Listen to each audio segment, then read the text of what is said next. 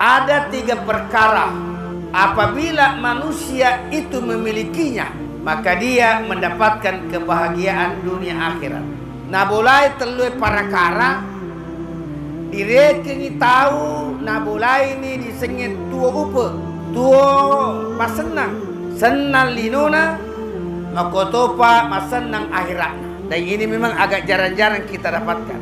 Yang pertama kata Nabi ta, siapa yang memiliki yang pertama ini, apa itu? Al-jarus salih.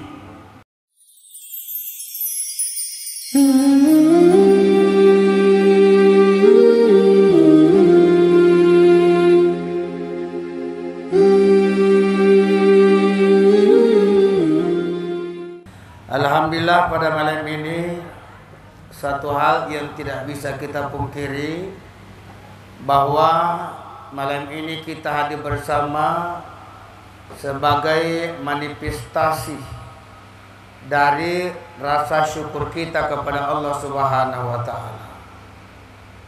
Kita bersyukur kepada Allah oleh karena kita sadar bahwa apa yang ada pada diri kita, apa yang kita miliki, itu semuanya bersumber dari Allah. Dan apa yang Allah telah berikan kepada kita itu sudah menjadi ketetapan Allah, dan itu adalah takdir. Sehingga ketika Allah menginginkan sesuatu kepada hambanya, betapapun ada orang yang selalu menghalang-halangi, kalau Allah punya mau, maka segala daya upaya yang dilakukan oleh manusia yang lain untuk menghalangi kita mendapatkan rahmatnya Allah, mereka tidak mampu menghalanginya. Mengapa? Karena segala niat, segala gerak dan gerik manusia itu dikendalikan oleh Allah Subhanahu wa taala, termasuk suara hatinya. Maka malam ini kita hadir sebagai acara tasyakuran atas nikmat Allah yang diberikan kepada al-ustaz kita Andi Armayadi beserta ibu, beserta keluarga, istri dan anak-anaknya untuk memasuki rumah baru. Dan saya kira memasuki rumah baru itu tidak jauh beda dengan yang namanya pengantin baru. Ya. Yang namanya pengantin baru itu selalu kita berpikir harus kita mulai dari mana. Ya, karena namanya pengantin baru, masih meraba-raba. Begitu juga yang namanya memasuki rumah baru. Artinya kita belum tahu sesungguhnya rumah yang kita tempati ini apakah sudah ada penghuninya atau belum. Karena kita ini baru mau masuk menempati tersebut. Itulah sebabnya sehingga di dalam agama kita Rasulullah menganjurkan ketika kita memasuki rumah baru, ipasiama iolo aleta si bawa tu monroi lalu bola. Ya. Di pasyamai, di pasahabai atitar wahaniata dengan siapa yang ada di sebelumnya. Tentu yang ada sebelumnya bukan manusia, tapi mungkin saja makhluk Allah yang lain. Jadi baik itu rumah baru yang kita bangun atau rumah tua tapi baru kita tempati, perlu dipasyama sehingga kita tidak terganggu. Nah Bapak Ibu hadirin yang saya hormati, nah malam ini saya diberi amanah untuk memberikan, ya, bukan tausiah karena ini hanya penggambaran saja, tapi paling tidak kita mendaras ulang apa hikmah memasuki rumah baru itu. Ya. Sekalipun malam ini saya kira perhatian kita tarik menarik, ya. Karena malam ini juga main Indonesia dengan Jepang. Nah, sudah dikalah 2-0. Jadi tidak perlu dipikir itu, yang jelas kalau masuk lagi 1 berarti 3. Kita doakan saja mudah-mudahan membalas sebentar. Ya, mudah-mudahan. Karena kita sengaja menunda kegiatan lain kecuali malam ini. Ya, kita doakan Indonesia bisa, kalau tidak draw, bisa melebihi angkanya sebentar. Nah, Bapak Ibu hadirin hormati, oleh karena itu insya Allah saya tidak terlalu lama. Ya, aku capur nih selesai turi. Saya hanya ingin menyampaikan inti-intinya saja. Yang pertama, kalau kita membahasakan tempat tinggal baru, itu banyak istilah yang digunakan. Ada namanya rumah bagus, ada namanya rumah yang baik, ada namanya rumah yang indah, ada juga namanya rumah yang berkah. Tentu dari 4 konotasi makna bahasa ini ada yang berbeda. Kalau kita mengatakan rumah yang bagus, rumah yang indah, maka yang kita lihat adalah fisiknya. Indahnya rumahnya si A, si B, karena arsiteknya bagus. Cara membuatnya banyak variasi-variasi. Itu fisik. Tapi kalau dikatakan rumah yang baik dengan rumah yang berkah, itu hampir maknanya hampir sama. Makanya ada yang namanya batu yang indah, kayu yang bagus, tapi ada katakan batu baji, ya, batu yang baik. Nah, malam ini kita akan melihat sedikit. Malam ini kita hadir bersama berbincang terkait rumah yang baik dan berkah. Ya, karena sesungguhnya rumah apapun yang kita tempati, tentu yang kita harapkan adalah keberkahan. Ya. Nah, kalau kita bicara keberkahan dan baik, itu adalah isi rumah. Kalau tadi itu fisiknya. Jadi ada 2 yang harus kita perbaiki, rumah dan isi rumah. Nah, sekarang ini karena kita akan memasuki rumah baru, berarti yang kita akan bicarakan isinya rumah setelah kita memasukinya. Nah, siapa itu isinya? Adalah kita dan keluarga kita. Di mana nilai keberkahan? Inilah yang kita akan bicarakan. Ada buku judulnya Mengundang Malaikat Masuk ke Dalam Rumah. Karena biasa kita mendengar kalau ada rumah seperti ini, malaikat tidak masuk. Sehingga ada buku Mengundang Malaikat Masuk ke Dalam Rumah. Artinya dengan kehadiran malaikat dalam rumah, keberkahan akan ada. Nah, sebelum kita melihat bagaimana kriteria daripada rumah yang berkah, saya teringat dari salah satu hadis tadi yang terdapat dalam kitab Mukhtarul Ahadits. Ini sudah populer ini hadisnya. Di situ dikatakan salatu fadaila min sa'adatil mar'i. Ada 3 perkara apabila manusia itu memilikinya, maka dia mendapatkan kebahagiaan dunia akhirat. Di hadis ini ada 3 poin. Jadi siapa yang memiliki 3 hal, nabolai telui parakara, direkengi tahu nabolai ini disengit tua upe, tua masenang, senang linona, makotopa masenang akhiratna. Dan ini memang agak jarang-jarang kita dapatkan. Yang pertama kata Nabi ta, siapa yang memiliki yang pertama ini, apa itu? Al-jarus saleh. Apabila dia memiliki tetangga yang baik-baik. Ini hadis ini didahulukan. Jadi siapa yang hidup di satu perkampungan, hidup di satu tempat, dan dia memiliki tetangga yang baik-baik, tetangga yang soleh-solihah, maka bahagialah hidupnya. Sehingga Nabi mengatakan begini, sebelum engkau membangun rumah, terlebih dahulu kamu harus mencari tetangga. Kenapa bisa begitu? Karena tetangga itu menentukan perjalanan hidup kita. Mas susah-susah tuota, tetangga yang tahu. Mas senat-senat tuota, tetangga tak yang tahu. Makanya kalau kita bertetangga dengan orang yang baik-baik, amanlah kita. Tapi kalau kita bertetangga dengan tetangga yang jahat, hancur kita. Nah, inilah pentingnya al-jarus saleh, tetangga yang saleh atau tetangga yang baik-baik. Mengapa tetangga yang baik-baik ini pentingkan?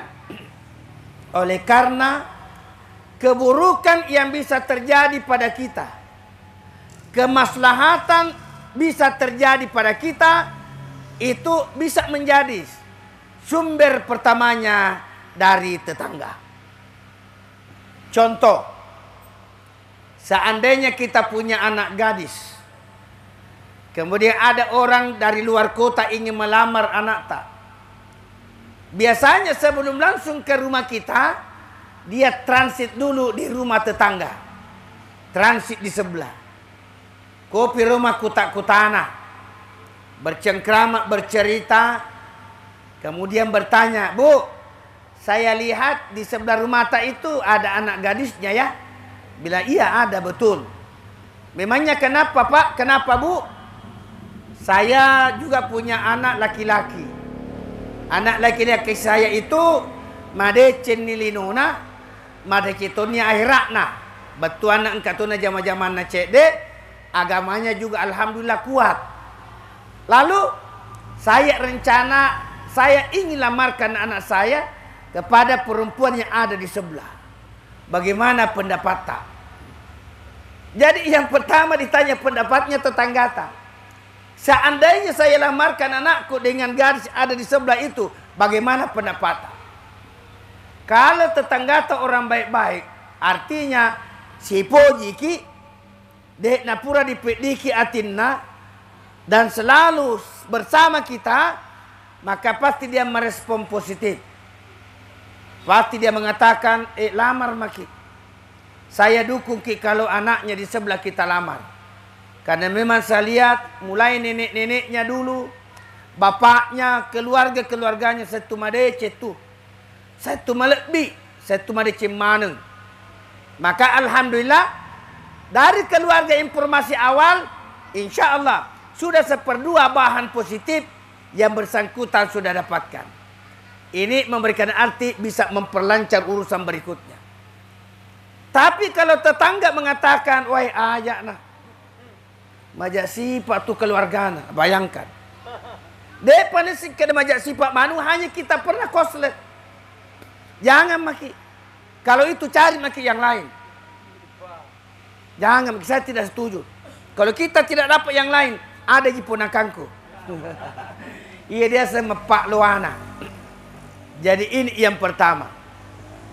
Jadi orangnya akan mendapatkan sebuah kebahagiaan apabila dia hidup di dalam satu masyarakat dan bertetangga dengan orang yang baik-baik.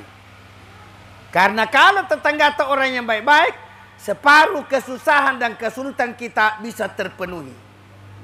Apa buktinya? Engkau tu anak tak boleh dipandang, boleh dipangkit tengah benih. Ya, elok di penuh kopi di gaga gola. Engkau gola di kopi di gaga ting.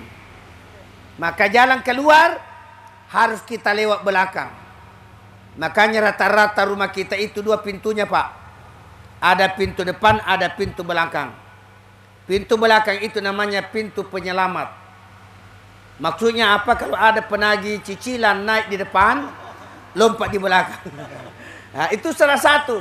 Tapi sebenarnya tujuannya itu adalah nerkong katoanata makarokaroi elu kilo di pasar nama bela.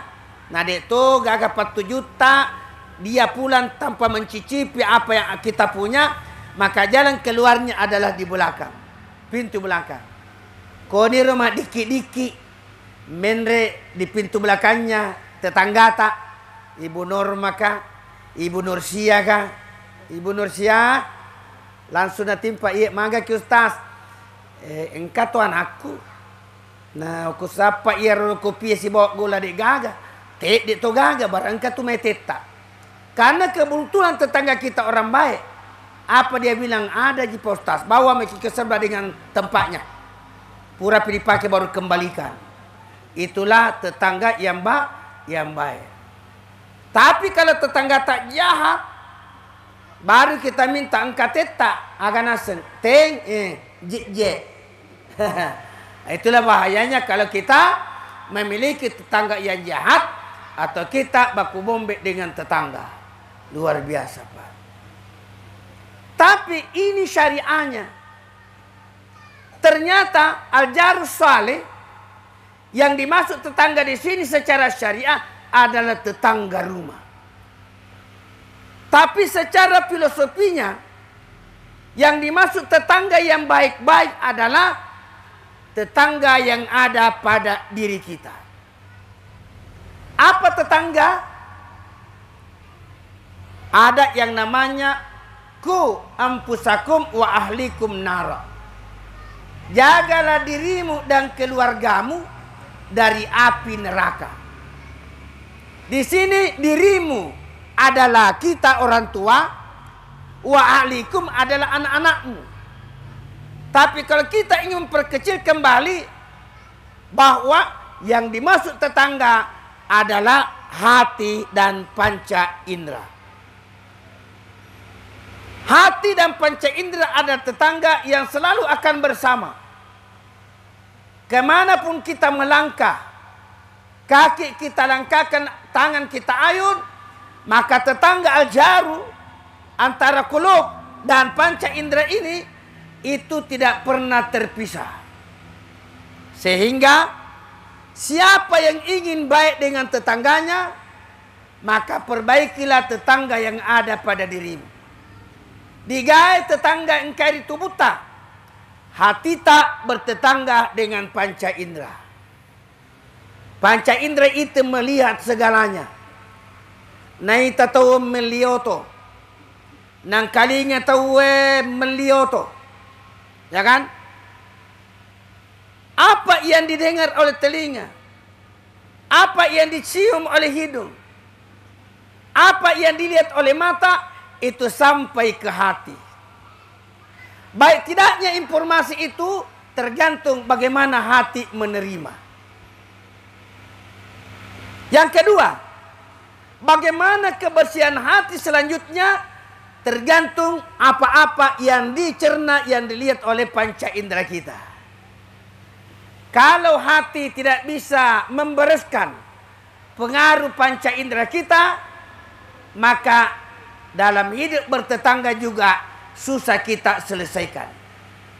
Makanya salah satu hikmah kita berkumpul malam ini adalah di samping kita memiliki tetangga yang baik-baik dalam arti fisik, kita juga harus memperbaiki hati dan panca indera kita. Saya ingin mengatakan begini. Kalau ada orang sukses hidupnya, Pak, tidak semua orang senang.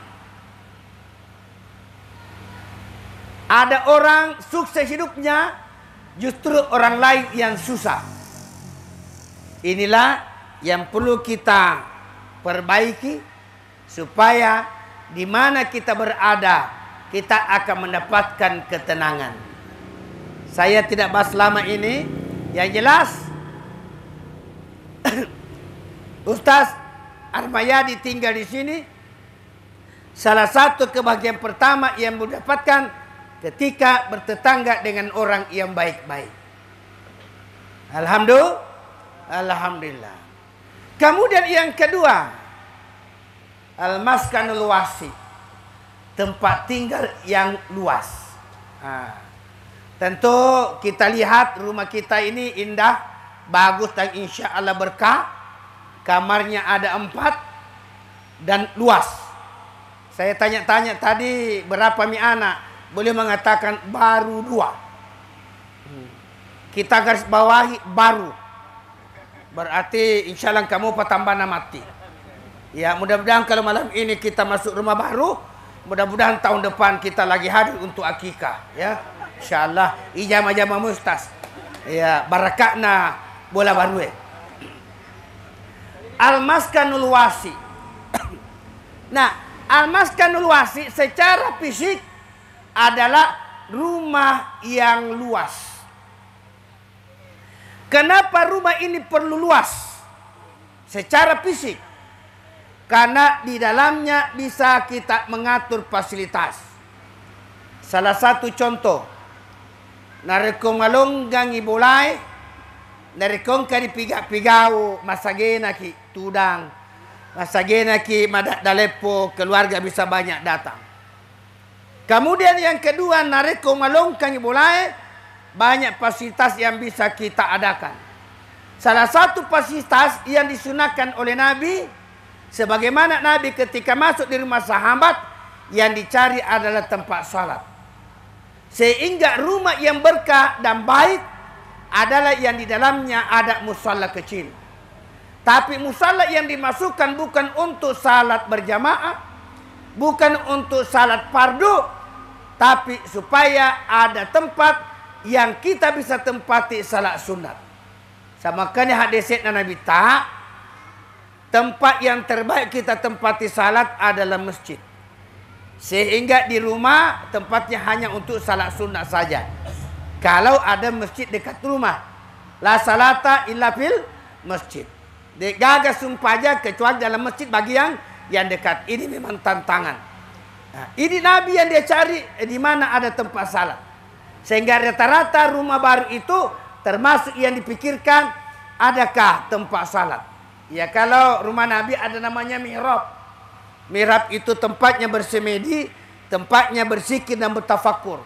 Dan tidak semuanya orang masuk di dalamnya. Karena itulah tempatnya untuk bersatu, tempatnya untuk bertawassul, berhubungan dengan Allah Subhanahu wa ta'ala. Jadi Al-Maskanul Wasi, rumah yang baik, rumah yang berkah adalah tempat tinggal yang luas. Tetapi kalau kita ingin kaji, yang dimasuk rumah yang luas sini adalah salamatu fis sudur, kelapangan hati. Kelapangan hati.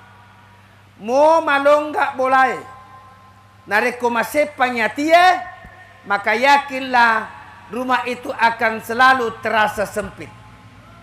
Makanya supaya rumah ini terasa luas, maka yang harus kita lapangkan adalah hati kita. Hati kita. Maka hati yang lapang inilah yang akan mendapatkan keberkahan. Jadi nareko hati tak lapang, salamatu fis sudur, berlapang dada, maka rumah kecil atau rumah besar maka terasa luas. Nah, inilah yang menghantarkan kita, kalau hati selalu lapang sekalipun sempit tempatnya, maka di situ dikatakan rumah yang berkah. Nah, sekarang yang mana ciri-ciri rumah yang berkah? Kalau kita baca referensi Pak, paling tidak ada 8. Tapi kita tidak akan urai sabab metega matu. Ciri-ciri rumah yang berkah. Yang pertama adalah rumah selain daripada berlapang dada, yaitu rumah yang selalu mencerminkan nilai keislaman. Betuanna ada rumah yang berkah itu adalah rumah yang kita tempati, yang bukan hanya kita berpikir tentang dunia. Bukan tempat yang kita tempati merencanakan sesuatu, berpikir tentang kemewahan belaka. Tapi rumah yang kita tempati berpikir bagaimana keselamatan kita nanti di akhirat. Inilah yang dimaksud oleh Nabi, baiti jannati, rumahku adalah surgaku. Dia namun nama sepak bola, tapi karena dia pikir bahwa rumah ini adalah tempat saya bernaung, tempat saya bersuah untuk mendapatkan kebahagiaan sa'idun fid dunya wa sa'idun fil akhirah, maka itu dikatakan rumah yang berkah karena diliputi yang namanya nilai keislaman. Itu yang pertama, ciri rumah yang berkah. Artinya dia jadikan tempat istirahat itu selalu membayangkan kira-kira kenikmatan dan ketenangan yang kita rasakan hari ini, apakah kita juga bisa mendapatkan ketenangan di akhirat sebagaimana ketenangan yang Allah berikan kita pada malam ini. Maksudnya kenikmatan kita tempati rumah tersebut. Karena beliau ini saya mengatakan sudah mendapatkan namanya taufik wal hidayah. Ya. Ada kan rata-rata itu kalau kita ceramah, wabillahi taufik wal hidayah. Itu dua kata yang berbeda, Pak. Beliau ini saya katakan sudah mendapatkan itu. Tadi bicara 3 tahun ini ku kerja Ustaz, dan baru jadi. 3 tahun dia mengumpulkan dana bahan-bahan, itu namanya taufik. Jadi taufik artinya kesesuaian keinginan manusia dan kehendak Allah. Maka beliau mengumpulkan uang, tentu secara baik, beli batu, beli kesi, beli semen. Setelah di RAB-nya dihitung-hitung, ya tadi mengatakan kongkong kan kado dilanjutkan sih. Ya kau capu-capu setelah sikit, luar biasa, Pak. Tapi akhirnya jadi juga. Berarti beliau sudah mendapatkan taufik. Artinya rencananya kepada istri berkata, "Matar-tarik duit deh, barang dikit maka bola madeceng, nangkai keluarga tak boleh masena-senai tinrona kasih." Usaha itu terjadi malam ini. Berarti beliau mendapatkan taufik. Nah, di samping mendapatkan taufik, beliau juga mendapatkan hidayah. Apa itu?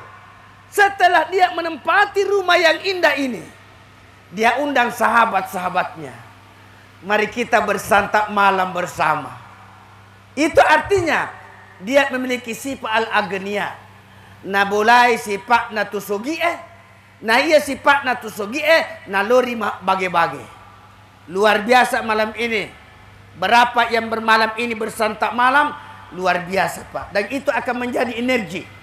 Sebentar subuh akan salat. Termasuk tenaganya yang dipakai salat subuh adalah nasuliku yang dimakan tadi. Berarti dapat juga pahala, Bapak. Itu maksudnya. Nah, jadi itu tamalek bikuman ingkah hadir. Kemudian selanjutnya, jadi ada yang namanya diliputi dengan nilai keislaman. 8 ini tapi 3 saja. Yang kedua adalah ciri rumah yang berkah yang di dalamnya ada nilai kemuliaan. Apa maksudnya? Rumah ini nanti setelah ditempati, pasti banyak sahabat yang datang. Karena pasti lebih mudah kita berkunjung ke rumahnya beliau di sini daripada di dalam di pondok pesantren. Sebab kalau di dalam pasti terganggu mengajarnya. Ada waktu senggang, kita datang di sini. Maka semua yang datang di sini adalah orang-orang yang mulia. Kemuliaan itu dibawa oleh tamu.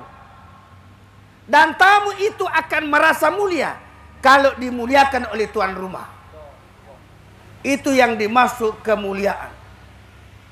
Makanya Nabi mengatakan, "Man kana yu'minu billahi wal yawmil akhir falyukrim daifa." Negi tahu tepur ya Allah Ta'ala makoto pasurona pakale bi tuanammu. Makanya itu tamu, Pak, tidak gampang. Ada tamu 1 kali berkunjung tidak datang lagi. Kenapa bisa begitu? Karena tuan rumahnya caranya melayani tamu setengah-setengah. Saya tadi lihat beliau luar biasa, Bapak. Tinggalkan sepak bola untuk bersama dengan tadi. Luar biasa, dia korbankan. Nah, bila mengatakan saya kalau ada sepak bola, lebih baik saya tunda ceramahku. Tapi beliau ladeni saya tadi, luar biasa. Artinya apa, Bapak? Itu tamu kalau datang menilai, Pak Ustaz. Kalau dia tamu datang dan dimuliakan, setelah kembali ke keluarganya agak nasir. Di Cina tahu di pulai bulan. Di togangan atau anaki tapi pada toka sini panrelopo. Karena caranya meladeni. Akhirnya tamu merasa dimuliakan, maka keberkahan akan turun di situ.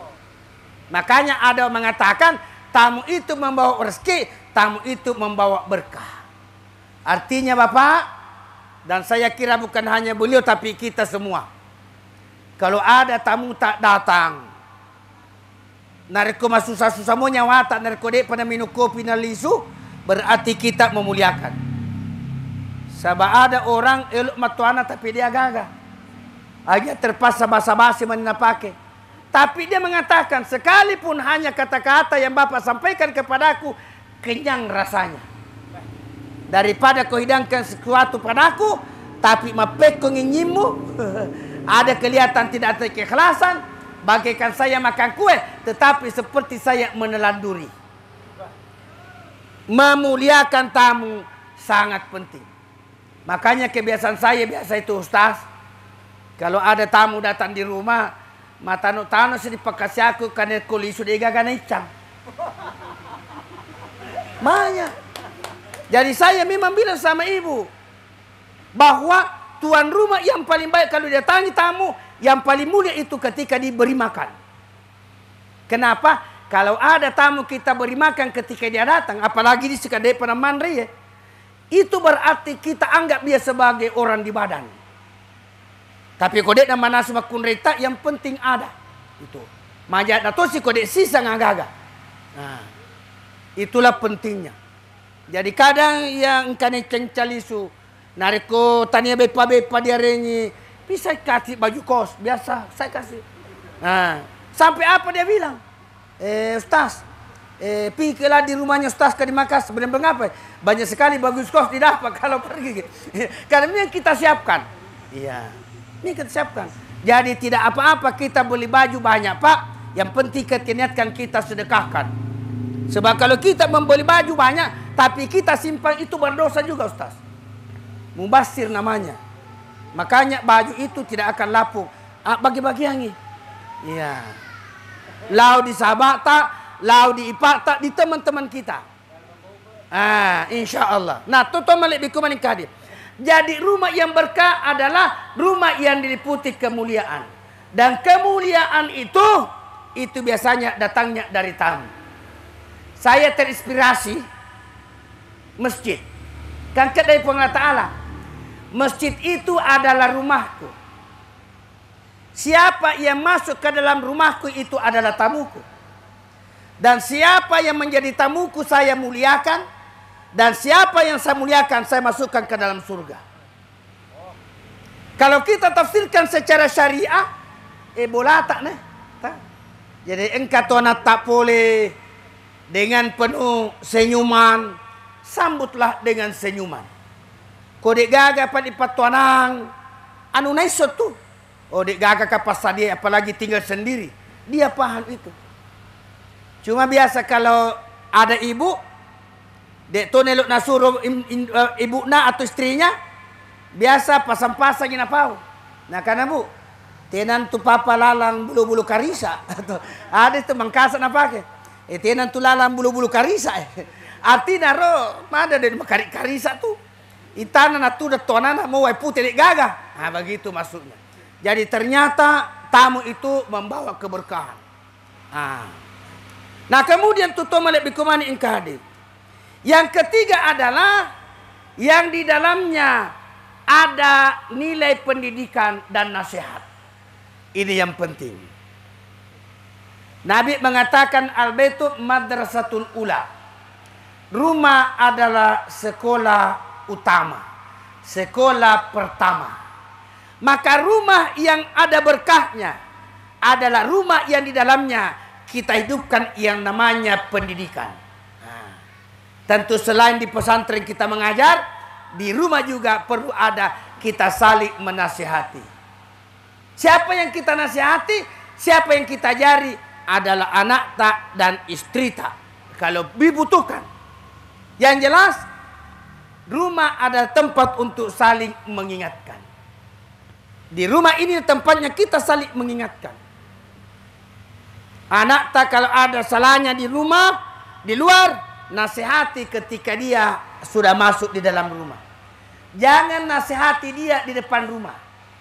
Jangan nasihat tak kepada anak tak didengarkan semua orang. Tapi nasihatilah dia di dalam rumah. Kenapa? Kalau kita nasihati anak di dalam rumah, dia tidak akan malu. Kenapa? Tidak ada orang lain yang mendengar. Apa yang saya ingin katakan? Kita ini para ustaz, kita biasakan banyak-banyak ceramah di luar. Ada Saswahab, ada beliau-beliau, termasuk beliau. Banyak undangannya di luar provinsi. Kita sendiri saja. Kalau kita tanya-tanya di Rita, mana yang paling banyak kita ajar anaknya orang dengan anak sendiri? Rata-rata banyak kita ajar anaknya orang. Apalagi kita seorang guru. Nah, padahal agama mengatakan begini. Pendidikan yang terbaik yang diberikan kepada anak adalah pendidikan yang diberikan langsung oleh ibu bapaknya. Makanya ada hadis Nabi kan? Salah satu kewajiban orang tua kepada anaknya adalah yu'allimul Quran. Ya. Dia mengajari Al-Quran ketika anaknya sudah bisa fasih. Nah. Yang terakhir wa yanku idza adraka, menikahkan apabila sudah dewasa. Tapi apa yang diajarkan kepada anak? Maka depan ditata, diajari anak tak Al-Quran. Al-Quran itu yang mana dimaksud? Ternyata yang dimaksudkan adalah ajarilah baik-baik kepada anakmu surah Al-Fatihah. Karena siapa yang mengajari anaknya surah Al-Fatihah, surah Al-Fatihah ini adalah rukun salat. Dan kalau dia salat dan membaca surah Al-Fatihah dengan pasti benar, makhraj hurufnya betul, maka pahalanya juga sampai kepada siapa yang mengajari. Jadi artinya Islam mengajarkan idealnya seharusnya yang mengajari anak surah Al-Fatihah adalah bapaknya sendiri, jangan orang lain. Ini. Disitulah pentingnya taklim di dalam rumah kita. Kita saling menasihati. Karena kadang di dalam rumah tangga ada sesuatu tingkah seorang istri sudah salah menurut pandangan agama, tapi kita tidak menegurnya. Kenapa kita tidak menegurnya? Karena kita merasa tidak ada orang yang tahu. Ada istri na totoai ruanena na ko diulai. Nanti dia hargai suaminya kalau di depannya orang. Tapi kalau pulang suaminya di rumah dia gagal, dia cenda, Pak. Ini namanya isti. Ikatan suami takut istri. Ada itu di televisi. Perlu saling menasihati. Artinya jangan istri tak berdosa, dibiarkan dia berdosa. Nah, disitulah rumah tempat untuk saling menasihati. Nasihati istri tak. Kenapa? Karena semua tingkah laku istri, dosa-dosanya dipertanggungjawabkan oleh suami. Dosanya suami tidak dipertanggungjawabkan oleh istri. Jadi memang berat tugasnya suami. Makanya tidak boleh tidak. Harus rumah menjadi tempat untuk saling mengingatkan. Ingatkan anak-anak tak jangkit begitu nak kalau keluar rumah kita. Kenapa? Radius pengaruh positif yang ditimbulkan setelah hidup bermasyarakat itu dipengaruhi apa yang terjadi dalam rumah tangga. Makanya Bapak, alhamdulillah di samping rumah kita yang megah, yang cantik, berkah, indah dan baik ini, yang terpenting juga bagaimana isinya harus kita perbaiki. Betuana dalam rumah yang megah akan tercipta kemuliaan kalau istri memuliakan, menghargai suaminya. Ketika suami menghargai istri dan anak-anaknya, menghargai mertuanya, menghargai menantunya dan siapa saja yang ada di dalam tanggungannya, di situ keberkahan. Ya. Ini juga tantangan bagi kita. Coba kita dengar, biasa kalau ada orang menelpon, Bu, itu biasa bapak-bapak kalau saya dengar, kalau ada orang menelpon itu caranya menjawab kentara. Kalau istrinya yang menelpon, kentara itu suaranya kalau dia menjawab, kalau orang lain yang menelpon. Kalau orang lain menelpon, itu dia jawab dengan suara yang lembut. Ye, kenapa Ki? Weh, bagus sekali. Tapi kalau istrinya menelpon, halo, ya kenapa? Ada Kak di sini, sebentar dulu. Bawa mobil Kak. Wah, kentara ini istrinya menelpon ini. Jangan sampai istri tak juga begitu. Ketika kita telepon istri tak kasar kalimatnya. Tapi ketika ditelepon oleh laki-laki lain, halo, dari mana? Oh iya, saya. Bayangkan Pak. Maka salah satu makna kehadiran kita malam ini, keberkahan rumah isinya juga. Alhamdulillah, kita lihat Ustaz Armayadi luar biasa. Beliau jadi panutan di Bulukumba. Juga tentu di provinsi-provinsi lain beliau sudah terkenal. Tentu itu karena doa orang tua beliau. Doa juga dari istri beliau. Satu-satunya. Luar biasa. Satu-satunya ya. Ya Alhamdulillah kita doakan. Karena menurut hukum perkawinan, idealnya satu laki-laki, satu istri. Kenapa? Satu saja tidak bisa habis. Jaga baik-baik. Nah Bapak Ibu hadiri yang saya hormati. Kemudian yang terakhir. Di hadis yang saya bacakan tadi. Selain daripada al-maskunul wasi. Rumah yang luas. Maksudnya adalah hati yang lapang. Kemudian yang ketiga adalah al-markabul hayyin. Kendaraan yang bagus. Kendaraan yang bagus secara lahiriah. Kalau mobil atau motor, satu kali starter langsung bunyi. Itu kendaraan bagus. Bukan tas 10 kali, 20 kali starter. Dia naluk muni. Nah iluk lau dibuting itu mak jas itu. Terpasi pasut jas diren lau digadungi. Nah, ini artinya kendaraan yang tidak tahu diri. Makanya dia mengatakan al-markabul hayyin, kendaraan yang bagus. Tapi kendaraan yang bagus hakikatnya yang dimaksud adalah sahabat yang banyak. Ini, sahabat yang banyak. Mau kau toporeta, mau madece bolata, mau madece motorota, kalau tidak ada sahabat, siapa yang mau datang? Kalau tidak ada sahabat, siapa kita mau datangi? Kiri kanan apa sulapas sangi musuh. Kita mau ke barat ada musuh di sana, ke timur ada musuh di sana, ke selatan ada musuh di sana, ke utara ada musuh. Kita tidak bisa kemana-mana. Makanya dimaksud al-markabul hayyin, kendaraan yang bagus artinya sahabat yang banyak. Makanya Alhamdulillah Al-Ustaz Andi Armayadi ini kenapa sukses seperti ini?